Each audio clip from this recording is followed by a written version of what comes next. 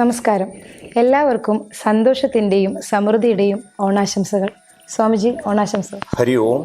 എല്ലാവർക്കും അനുഗ്രഹീതമായ ഓണാശംസകൾ.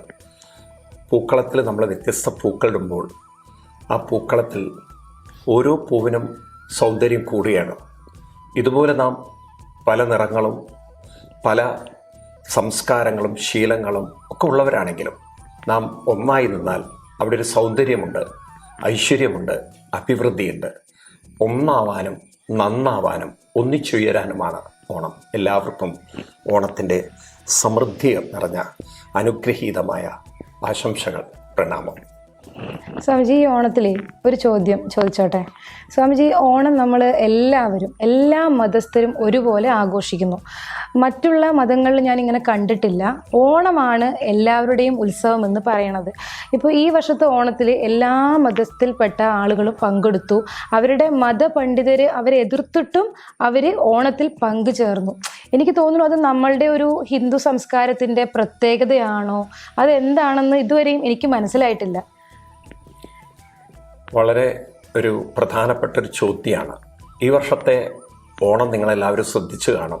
പ്രത്യേകിച്ച് സോഷ്യൽ മീഡിയ വളരെ ആക്റ്റീവ് ആയതുകൊണ്ട് ധാരാളം യൂത്ത്, നമ്മുടെ ജെൻസി ഇറങ്ങി പുറപ്പെട്ട് അവരുടെയൊക്കെ ആഘോഷം കാണുമ്പോൾ എനിക്ക് തോന്നിയിട്ടുള്ളത് കോളേജുകളിലുള്ള യൂണിവേഴ്സിറ്റികളിലുള്ള ഫെസ്റ്റിവലൊന്നുമല്ല എന്ന്. കാരണം ഇത്രയും ഒരു മാസ് പാർട്ടിസിപ്പേഷൻ, അതും മുസ്ലിം പെൺകുട്ടികൾ പൊതുവെ ഡാൻസ് കളിക്കാറില്ല. ക്രിസ്ത്യൻ പെൺകുട്ടികൾ കുറേ പേര് കളിക്കാറുണ്ട്.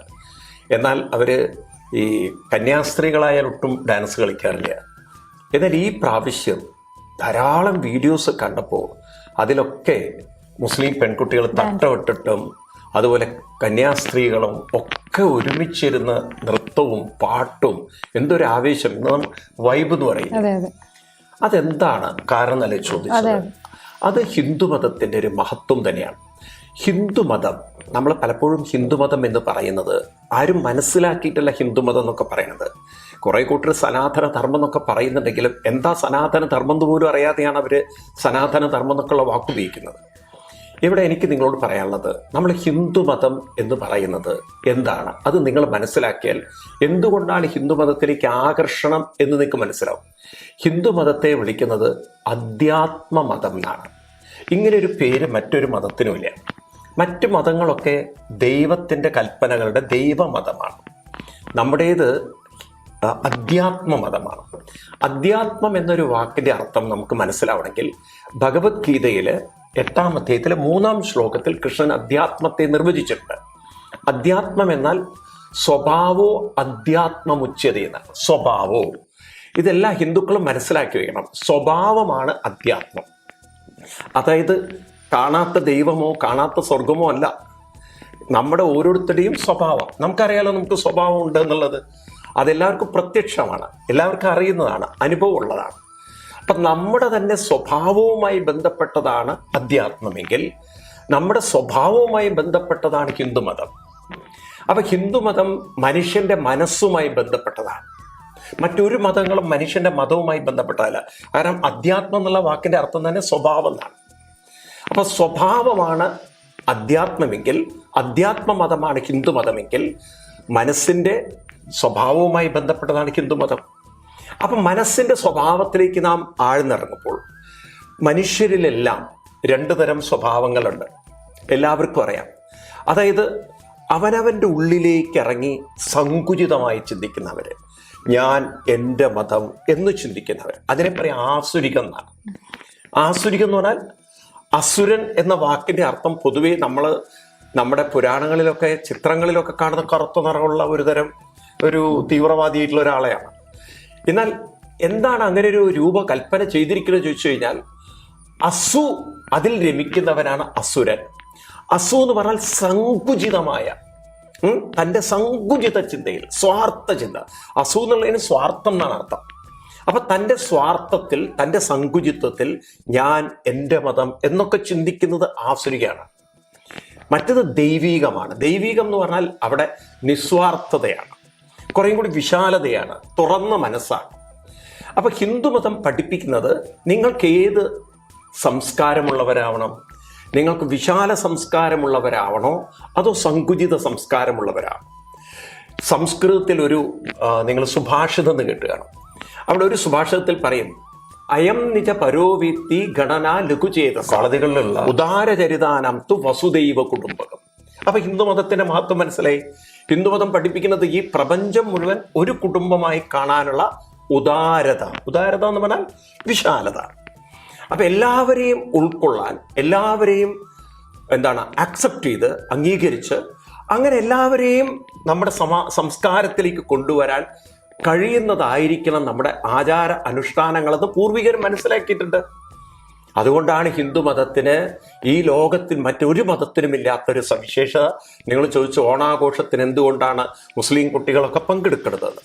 ഈ ഭാരതത്തിൻ്റെ ചരിത്രം എടുത്ത് നോക്കിക്കഴിഞ്ഞാൽ ഒരു കാലത്ത് നമ്മൾ കേട്ട് കാണും, യഹൂദന്മാരെ അടിച്ചോടിച്ചപ്പോൾ അവരഭയം തേടിയത് ഭാരതത്തിലാണ്. മുസ്ലിങ്ങൾ ഇവിടെ വന്നപ്പോൾ അവരെവിടെ നമ്മൾ അടിച്ചോടിച്ചില്ല. മുഗളന്മാരിവിടെ വന്നു, അവരിവിടെ കുറെ അവരുടെ ഇതുണ്ടാക്കി. മുഗളന്മാരൊക്കെ പോയെങ്കിലും ആ സംസ്കാരത്തെ നമ്മൾ അടിച്ചോടിച്ചില്ല. അതുപോലെ തന്നെ ക്രിസ്ത്യൻ സംസ്കാരം, ഇവിടെ എത്രയോ ആളുകൾ വന്നു, അവരെയും നമുക്ക് ഉൾക്കൊള്ളാൻ പറ്റി. ഇങ്ങനെ എല്ലാവരെയും ഉൾക്കൊണ്ട, എല്ലാവരെയും ആക്സെപ്റ്റ് ചെയ്ത ലോകത്തിലെ വിശാലതയുള്ള സംസ്കാരമാണ് ഹിന്ദു സംസ്കാരം. അപ്പൊ ഈ വിശാലതയാണ് നമ്മുടെ ആകർഷണം. അപ്പൊ ഏതൊരു മനസ്സിന് വിശാലതയുണ്ടോ, ഉദാരതയുണ്ടോ, നിസ്വാർത്ഥതയുണ്ടോ, നിഷ്കാമതയുണ്ടോ, നിരഹങ്കാരതയുണ്ടോ, നിഷ്കളങ്കതയുണ്ടോ, അവിടെ ആകർഷണമുണ്ട്. കൊച്ചുകുട്ടികളെ നമ്മൾ ആകർഷിക്കുന്നത് എന്തുകൊണ്ടാണ്? അവർ നിഷ്കളങ്കരാണ്. ഹിന്ദുമതത്തെ ആ രീതിയിലാണ് പൂർവികർ നമ്മളെ ഏൽപ്പിച്ചിരിക്കുന്നത്. അപ്പം അതുകൊണ്ട് ആ നിസ്വാർത്ഥതയുടെ സംസ്കാരമാണ് ഹിന്ദുമതം. നിങ്ങൾ നോക്കൂ, ഓണാഘോഷം തന്നെ എടുത്തു നോക്കിക്കഴിഞ്ഞാൽ ആ നിരഹങ്കാരത്തിൻ്റെ നിസ്വാർത്ഥതയുടെ ആഘോഷമാണ്. എല്ലാ സമ്പത്തും സമൃദ്ധിയും ഐശ്വര്യവും അഭിവൃദ്ധിയൊക്കെ ഉള്ള ഒരു മഹാബലി ഒരു കൊച്ചു കുട്ടിയുടെ മുന്നിൽ തല കുനിച്ചുകൊണ്ട് എൻ്റെ ശിരസിൽ കാൽ വെച്ചോളൂ എന്ന് പറയുമ്പോൾ അയാളുടെ ആ നിരഹങ്കാരത നോക്കൂ നിങ്ങൾ. തന്നെ സമർപ്പിക്കാനുള്ള ഭാവം. അങ്ങനെ തന്നെ സമർപ്പിക്കാൻ സാധിക്കുന്നെങ്കിൽ അതിന് കുറച്ച് ഹൃദയ വിശാലത വേണം, അറിവ് വേണം. അപ്പം എന്താണ് അവിടെ അറിവ്? വാമനൻ എന്ന് പറയുന്നത് ഈ മഹാബലിയെ സംബന്ധിച്ച് കേവലം ഒരു കുട്ടിയല്ല. വാമനൻ എന്ന് പറയുന്നത് അദ്ദേഹം കാണുന്ന ആ ഒരു ദൃഷ്ടി, അതായത് ഈ പ്രപഞ്ചം മുഴുവൻ, നമ്മൾ കാണുന്ന ഈ പ്രപഞ്ചം മുഴുവൻ, നമ്മുടെ കണ്ണിലിപ്പോൾ ഈ കാണുന്ന പ്രപഞ്ചമുണ്ട്, ഇതെല്ലാം അളന്നുകൊണ്ടിരിക്കുന്ന ഒരു കാലമുണ്ട്. അത് നമുക്ക് കാണണമെങ്കിൽ കുറച്ചൊരു സൂക്ഷ്മ കണ്ണ് വേണം. ഇപ്പം നമ്മൾ പകലങ്ങനെ പോകുന്നു, രാവും പകലും കടന്നു പോകുന്നു, നമ്മൾ കാണുന്നില്ല. പക്ഷേ എന്നാലും നമുക്ക് അനുഭവമുണ്ട്. ഓരോ നിമിഷവും നമുക്കറിയില്ല ഇങ്ങനെ കടന്നു പോകുന്നത്. പിന്നെ വാച്ചിലോ 12 1 മണി 2 മണി എന്നൊക്കെ നമ്മൾ സമയം പോയത്. അപ്പം ഇങ്ങനെ കാലം അളന്നു പോകുന്നുണ്ട് ഒരു വശത്ത്. വേറൊരു വശത്താണെങ്കിലോ നമ്മുടെ ജീവിതത്തിൽ നമ്മുടെയും ഇവിടുത്തെ ഒരു കാലമുണ്ടല്ലോ, പോയല്ലേ പറ്റുള്ളൂ.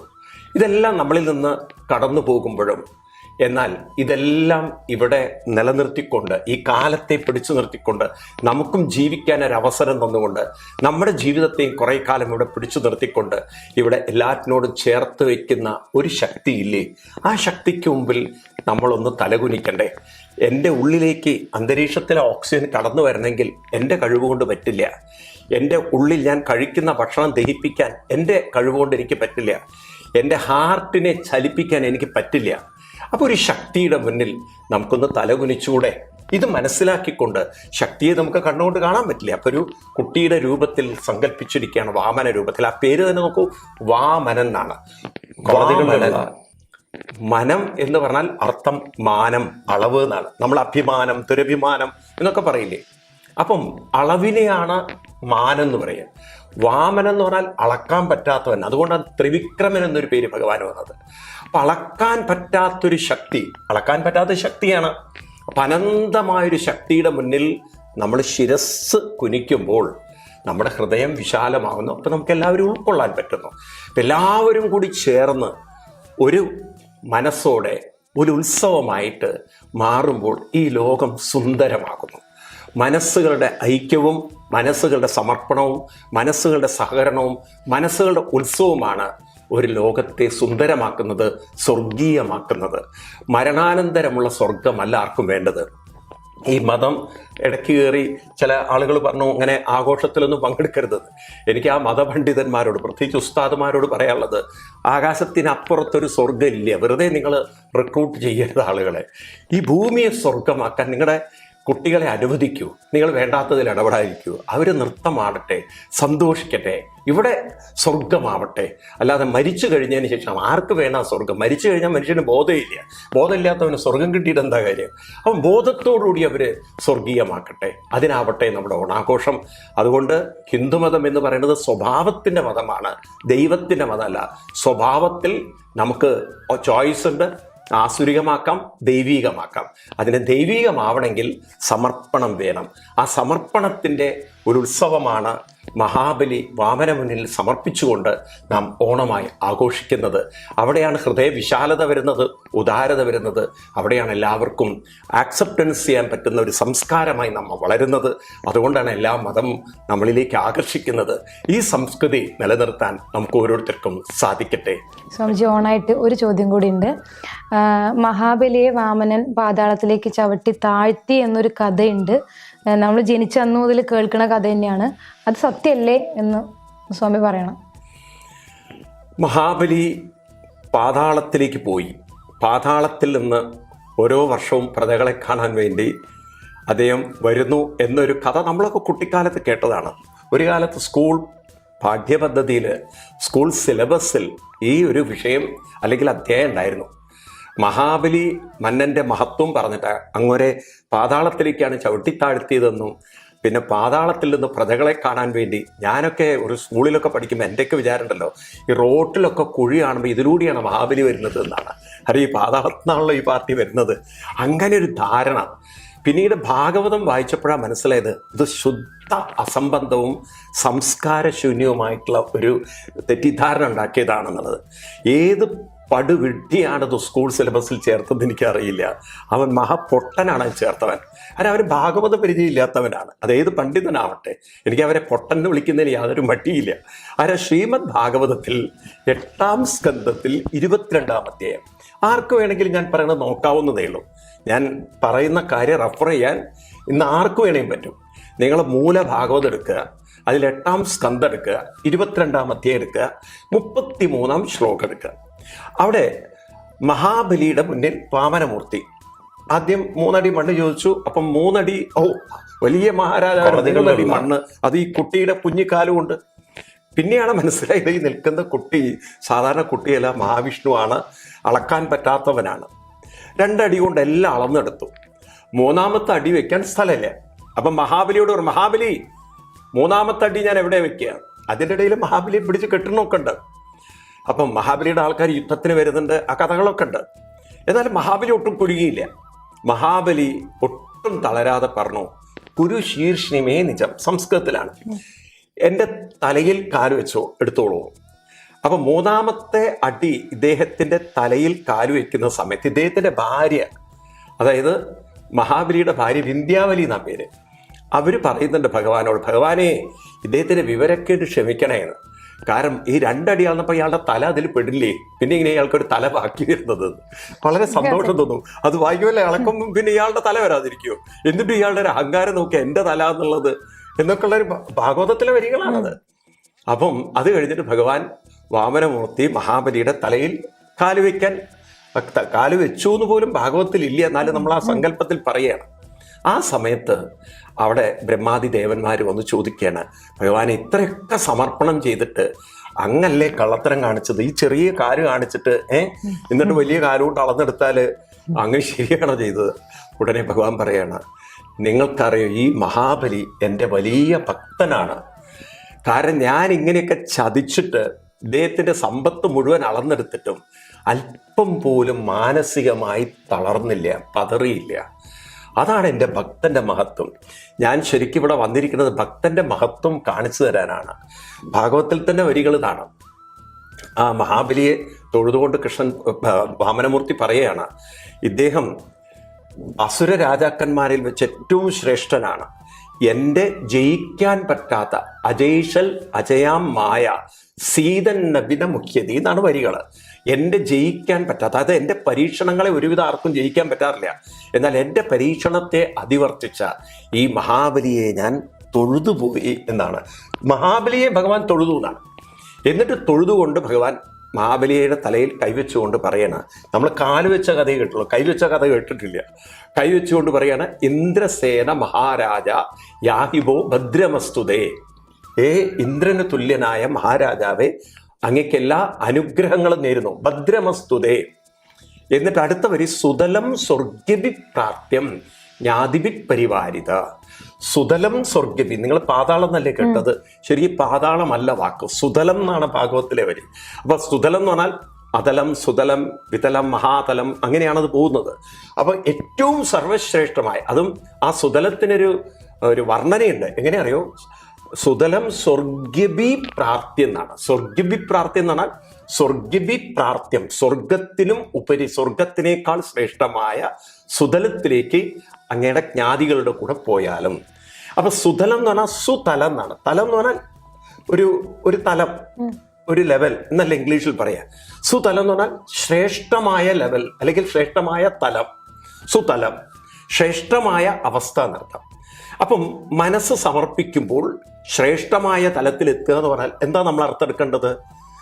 നമ്മൾ നേരത്തെ പറഞ്ഞതുപോലെ എപ്പോൾ നമ്മുടെ മനസ്സ് ഉദാരമാകുന്നു, സ്വാർത്ഥതയിൽ നിന്നും ഉദാരതയിലേക്ക് വരുന്നു, വിശാലതയിലേക്ക് വരുന്നു, അപ്പം നമ്മൾ സുതലത്തിലാണ്. സുതലം എന്ന് പറഞ്ഞാൽ എല്ലാവർക്കും സന്തോഷമുള്ള, എല്ലാവർക്കും ആനന്ദമുള്ള, എല്ലാവർക്കും സംതൃപ്തിയുള്ള, എല്ലാവരും കംഫർട്ടബിൾ ആയിട്ടുള്ള ഒരു തലത്തിനെയാണ് എന്ത് പറയുക? സുതലം. അതായത് ഇപ്പം നമ്മളൊരു വീടിൻ്റെ അന്തരീക്ഷത്തിൽ എല്ലാവരും നല്ല സന്തോഷത്തിലാണ്, എല്ലാവരും ആടിയും പാടിയും ഓരോ ആഘോഷത്തിലാണെങ്കിൽ അതൊരു ശ്രേഷ്ഠമായ തലമാണ് ആ മനസ്സിൻ്റെ.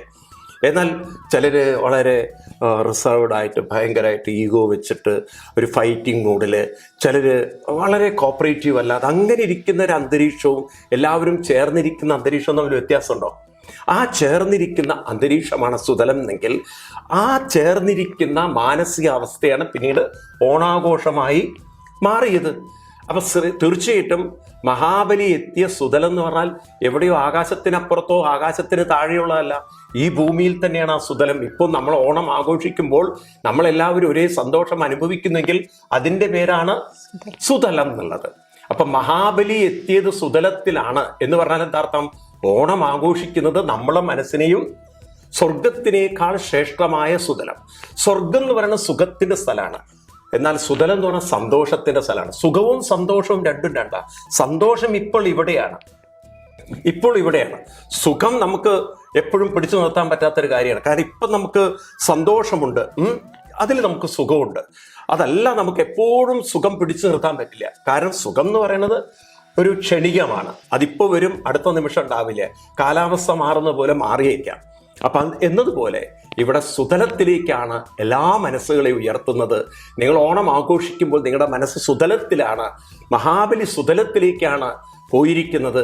ആ സുതലം ഭൂമിയിൽ തന്നെയാണ്. നമ്മൾ ഓണം ആഘോഷിക്കുമ്പോൾ നമ്മളും സുതലത്തിലാണ്. അവിടെയാണ് നമ്മൾ മഹാബലിയെ വണങ്ങേണ്ടത്.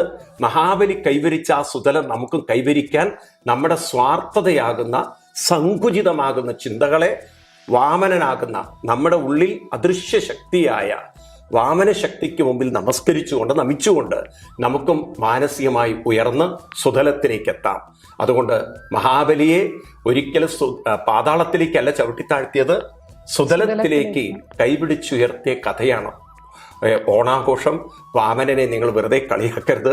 വാമനൻ പിടിച്ചുയർത്തുന്ന ആളാണ്, അല്ലാതെ ചവിട്ടി താഴ്ത്തുന്ന ആളല്ല. മഹാബലി കുഴിയിൽ നിന്നല്ല വരുന്നത്. മഹാബലി നമ്മുടെ കൂടെ തന്നെയുണ്ട്, എപ്പോഴും സന്തോഷത്തിൻ്റെ ഒരു ആനന്ദത്തിൻ്റെ സ്വരൂപമായിട്ട്. എനിക്ക് വളരെ സന്തോഷം തോന്നിയത് ഈ മഹാബലി എന്നുള്ള കഥാപാത്രം എത്ര കാലം മുമ്പ് ഈ ഭാരതത്തിലുള്ളതാണ് അല്ലേ? എന്നാൽ ഈ ഓണാഘോഷത്തിൻ്റെ ഭാഗമായിട്ട് എനിക്ക് തോന്നുന്നു ഒരു മിനിമം ഒരു 10,000 മഹാബലിമാരെങ്കിലും ഓരോ ഓർഗനൈസേഷനിലൂടെ വന്നിട്ടുണ്ടാവും ഇല്ലേ? ഇപ്പോൾ ഇപ്പം ഇവിടുത്തെ ഓണത്തിനൊരു മഹാബലി ഉണ്ട്. ഈ ചാലക്കുടി എന്ന് പറഞ്ഞ സ്ഥലത്ത് തന്നെ എത്ര മഹാബലിമാരുണ്ടാവും? കേരളത്തിൽ തന്നെ എത്ര മഹാബലി? ഒരു നിമിഷ നേരത്തേക്കെങ്കിലും കുറേ പേര് മഹാബലിമാരാവുന്നുവെങ്കിൽ അത് ഓണത്തിന്റെ മഹത്വം തന്നെയല്ലേ? ഏത് മതത്തിൽ അങ്ങനെ പറ്റും? ഞാൻ വേറൊരു മതത്തിലും കണ്ടിട്ടില്ല ഇല്ലേ? ഉണ്ടോ? കണ്ടിട്ടുണ്ടോ? ഓണാഘോഷത്തില് മഹാബലിമാരാവാൻ സാധിക്കുന്ന പോലെ വേറൊരു മതത്തിലും ഒരാൾക്കും. ഇപ്പം മുഹമ്മദ് നബിയുടെ നബിദിനം ആഘോഷിക്കണം, ആരെങ്കിലും നബിയുടെ വേഷം കെട്ടിയാൽ തന്നെ തല തകർത്ത് കളയും. ഇതുപോലെ ക്രിസ്തു മതത്തില് ക്രിസ്തുമസ് ആഘോഷിക്കണോ? അപ്പോൾ ക്രിസ്തുവിന്റെ വേഷം ആരും കെട്ടാറില്ല, മറ്റു വേഷങ്ങളൊക്കെ കെട്ടാറുണ്ട്. എന്നാൽ മഹാബലിയുടെ പ്രത്യേകതയാണ് മഹാബലിയുടെ വേഷം എല്ലാവരും കെട്ടുന്നു എന്നുള്ളത്. അതിന് ജാതി മത വ്യത്യാസങ്ങളൊന്നുമില്ല. എല്ലാവരുടെയും ഹൃദയങ്ങളൊന്നായാൽ നാം സുതലത്തിലാണ്.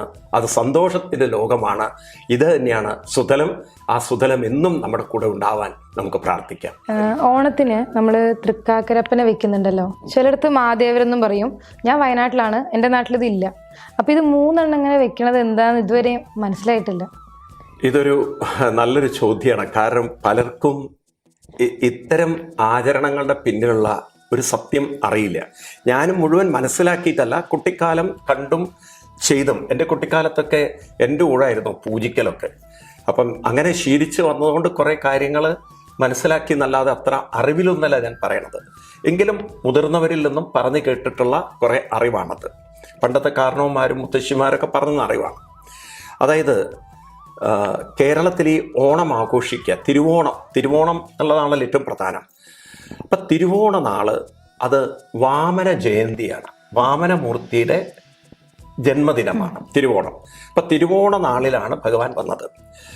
അപ്പം ശ്രോണവ്യ അങ്ങനെയാണ് അതിൻ്റെ ഭാഗവതത്തിലെ വരികൾ. ആ ശ്രോണം എന്നുള്ള വാക്കായിരിക്കാം ചിങ്ങമാസത്തിൽ വരുന്ന ഈ ശ്രോണ എന്നുള്ള വാക്കായിരിക്കാം പിന്നീട് ഓണം എന്നായത്. അങ്ങനെയൊക്കെ വ്യാഖ്യാനിക്കുന്നവരുണ്ട്. എനിവേ, ഇവിടെ അത്തം മുതൽ പൂക്കളിട്ട് തുടങ്ങും. അങ്ങനെ പൂക്കളിടുന്നത് വാസ്തവത്തിൽ ഈ പൂക്കള് വാമനനെ സ്വീകരിക്കാൻ വേണ്ടിയിട്ടുള്ള ഒരു ചടങ്ങായിട്ടായിരുന്നു തുടങ്ങിയിരുന്നത്. അപ്പം ഈ പൂക്കളം എന്നത് ഭഗവാനെ വരവേൽക്കാനുള്ളതാണ്, ഭഗവാനുള്ള ഒരു അർച്ചനയായിരുന്നു. പിന്നീട് തുടങ്ങും. ഉത്രാടാകുമ്പോഴേക്കും ഇവിടെ 3 പേരെ വെച്ചിട്ടുണ്ട് അല്ലേ? അതിൽ നടുവിൽ നിൽക്കുന്നതാണ് മാദേവർ എന്ന് പറയുന്നത്. മാദേവർ, മാ എന്ന് പറഞ്ഞാൽ ലക്ഷ്മി എന്നാണ് അർത്ഥം. ദേവരെന്നാണ് മലയാളത്തിൽ പറയാ, ദേവൻ. അപ്പം മാദേവൻ എന്ന് പറഞ്ഞാൽ വിഷ്ണു എന്നർത്ഥം. അപ്പം വിഷ്ണു, ആ വിഷ്ണു ഭഗവാന്റെ പ്രതീകമാണ് ഏറ്റവും നടുവിൽ. അതായത് ഭഗവാൻ വിശ്വരൂപം എടുത്തു. ഭഗവാനോളം വലുത് ആരുമില്ല. ഭഗവാനാണ് സർവത്ര നിറഞ്ഞിരിക്കുന്ന, സർവവ്യാപിയായിരിക്കുന്ന, അല്ലെങ്കിൽ സർവ്വതും തന്നിൽ വഹിക്കുന്ന ആ ഒരു ശക്തി. അപ്പം അതിൻ്റെ പ്രതീകമാണ് ഭഗവാൻ. അത് നടുവിൽ 2 ഭാഗത്തായിട്ട് ഭഗവാന്റെ 2 ഭക്തിമാർ, ഒന്ന് ഭൂദേവിയും 2 ലക്ഷ്മി ദേവിയും. അങ്ങനെ ഭഗവാൻ വിഷ്ണുവിനെ ഭൂദേവിയുടെ കൂടെയും ലക്ഷ്മി ദേവിയുടെയും, നിങ്ങൾ കണ്ടിട്ടുണ്ടാവും അനന്ത ശയനത്തിൽ കിടക്കുന്ന ഭഗവാൻ. തലഭാഗത്ത് ഭൂദേവി ഇരിക്കുന്നു, കാൽഭാഗത്ത് ലക്ഷ്മി ദേവി ഇരിക്കുന്നു. ഈ ഒരു സങ്കല്പമായിരിക്കാം ഇങ്ങനെ ഈ 3 മൺ രൂപങ്ങൾ വന്നിരിക്കുക. ഏതായാലും തൃക്കാക്കരപ്പൻ എന്നുള്ള സങ്കല്പം, തൃക്കാക്കര എന്ന് പറയുന്ന സ്ഥലത്ത് വാമന വിഗ്രഹമാണ് ക്ഷേത്രത്തിലുള്ളത്. ഒരു കാലത്ത് കൊച്ചി രാജവംശം അവിടെയാണ്, തൃപ്പൂണിത്തുറയിലാണ് അത്തച്ചമയം എന്നുള്ള ആഘോഷം ആരംഭിച്ചത്. അത് പിന്നീട് കേരളത്തിൽ പടർന്നു പന്തലിച്ചിട്ട് അങ്ങനെ ഓണാഘോഷം. പക്ഷെ ഇനിയിപ്പം അതിനൊക്കെ മുമ്പും വീടുകളിൽ ഈ അത്തം ഇത്രയൊക്കെ പ്രസിദ്ധമാവുന്നതിന് മുമ്പും ഞാൻ പറഞ്ഞു കേട്ടിട്ടുണ്ട്. എൻ്റെ മുത്തശ്ശിമാരൊക്കെ അവരൊക്കെ ഈ ചെറിയതായിട്ടൊരു പൂക്കളം, ചാണകം മെഴുകി പൂക്കളം. എനിക്ക് തോന്നുന്നില്ല അന്ന് തൃപ്പൂണിത്തുറയുടെയൊക്കെ പാരമ്പര്യത്തിനൊക്കെ മുമ്പുള്ള കഥകളാണ് ഞാൻ കേട്ടിട്ടുള്ളത്. അപ്പൊ പണ്ട് തന്നെ ഇങ്ങനെയൊക്കെ വീടുകളിൽ ചെറുതായിട്ട് ചെയ്യുമായിരുന്നു. കാരണം ഈ ഭാഗവതത്തിലൂടെ അവർക്ക് കിട്ടിയ പ്രചോദനമായിരിക്കാം. തിരുവോണ നാളിൽ ഭഗവാൻ വാമനമൂർത്തി അവതരിച്ചിട്ടുണ്ട്. അപ്പൊ ആ വാമനമൂർത്തിയെ സ്വാഗതം ചെയ്യാനാണ് അവരിങ്ങനെ ഈ പൂക്കളൊക്കെ ഇട്ട് അങ്ങനെ ഒരു ഉത്സവമായിട്ട് ആഘോഷിച്ചത്. ഇപ്പോഴത് വളരെയധികം വിപുലമായപ്പോൾ ഇപ്പോഴെന്ത് പറ്റിയെന്ന് വെച്ച് കഴിഞ്ഞാൽ ഈ ഒരു തൃക്കാക്കരപ്പൻ എന്നുള്ള കൺസെപ്റ്റ് നമ്മുടെ വീടുകളിൽ നിന്ന് പോയിക്കൊണ്ടിരിക്കുകയാണ്. നമുക്കതിലേക്ക് തിരിച്ചു വരണം. എല്ലാ വീടുകളിലും തൃക്കാക്കരപ്പനെ വയ്ക്കണം. ഇന്നാണെങ്കിൽ മരത്തിൻ്റെ പോലും കിട്ടും. ഇനി മണ്ണിൻ്റെയാണ് സാധാരണ. അത് നോക്കൂ നിങ്ങൾ, ഇത് ഉണ്ടാക്കി ഇനി ഇവർ 3 പേരും ഒന്നായി അവസാനം ഇനി ഇവരെ നിമഞ്ജനം ചെയ്യും, മണ്ണിലേക്ക് തന്നെ നിമഞ്ജനം ചെയ്യും. ഓരോ വർഷം പുതിയതായിട്ടാണ് ഉണ്ടാക്കുക. അപ്പൊ പഴയതെടുക്കില്ല എന്നർത്ഥം. അപ്പൊ അങ്ങനെയാണ് പണ്ട് കാലത്തുള്ള സങ്കല്പങ്ങൾ. ഇപ്പം ഏതായാലും ഇങ്ങനെ തൃക്കാക്കരപ്പൻ എന്നതിലൂടെ മഹാദേവരെ പൂജിക്കുക, അതായത് മഹാവിഷ്ണുവിനെ തന്നെ വാമന രൂപത്തിൽ സ്വാഗതം ചെയ്ത് പൂജിച്ച് അടയും അപ്പവും ഒക്കെ നിവേദിച്ച് അങ്ങനെയാണ് ഭാരതീയർ അല്ലെങ്കിൽ കേരളീയർ ഓണം ആഘോഷിച്ചിരുന്നത്. ഭാരതത്തിലും പല സ്ഥലങ്ങളിലും ഓണാഘോഷം ഉണ്ടായിരുന്നു. പക്ഷെ പിന്നീട് അതൊക്കെ അങ്ങനെ ഓണം എന്നുള്ള പേരിലല്ല, മറ്റു പല പേരുകളിൽ. ഇപ്പോഴത് ആസാമിലുണ്ട്, അതുപോലെ ഗോവയിലുണ്ട്, പല സ്ഥലങ്ങളിലുണ്ട്. പക്ഷെ ഇതേ പേരിലല്ല എന്ന് മാത്രം. അപ്പം അങ്ങനെ ഒരു ആഘോഷ സംസ്കാരം നമുക്കുണ്ടായിരുന്നത് കാലം കൊണ്ട് മാറി. എന്നാൽ കേരളത്തിൽ അത് പൂർവാധികം ശക്തി പ്രാപിച്ച് വളർന്നു വരുന്നുണ്ട്. കൂടുതൽ ശക്തി പ്രാപിക്കാൻ നമുക്ക് ഓരോരുത്തർക്കും അറിഞ്ഞുകൊണ്ടത് ആഘോഷിക്കാൻ സാധിക്കട്ടെ. അപ്പം നടുവിൽ നിൽക്കുന്നത് മഹാവിഷ്ണുവും, രണ്ട് വശങ്ങളിലായിട്ട് ഭൂദേവിയും ലക്ഷ്മി ദേവിയും. അപ്പം നമ്മുടെ വീട്ടിൽ ഭഗവാന്റെ സാന്നിധ്യം ഉണ്ടായിട്ട് എല്ലാവർക്കും സർവ്വ ഐശ്വര്യവും അഭിവൃദ്ധിയും എല്ലാം ഉണ്ടാവട്ടെ എന്നുള്ളൊരു സങ്കല്പത്തിലായിരിക്കാം ഈ മാതേവരെ വെച്ച് പൂജിച്ചിട്ടുള്ളത്. അതാണ് ഇതിൻ്റെ പിന്നിലുള്ള ഈ ഒരു സങ്കല്പത്തിൻ്റെ ഒരു അർത്ഥം എന്ന് പറയുന്നത്. ഹരി ഓം.